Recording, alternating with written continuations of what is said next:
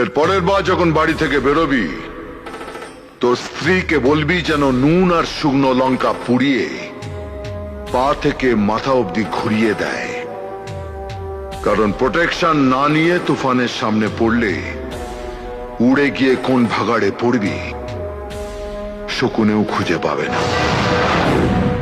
সালা একদম 2 নম্বরই মাল।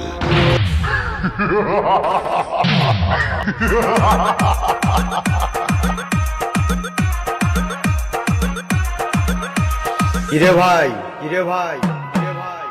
দিলাম তো ভরে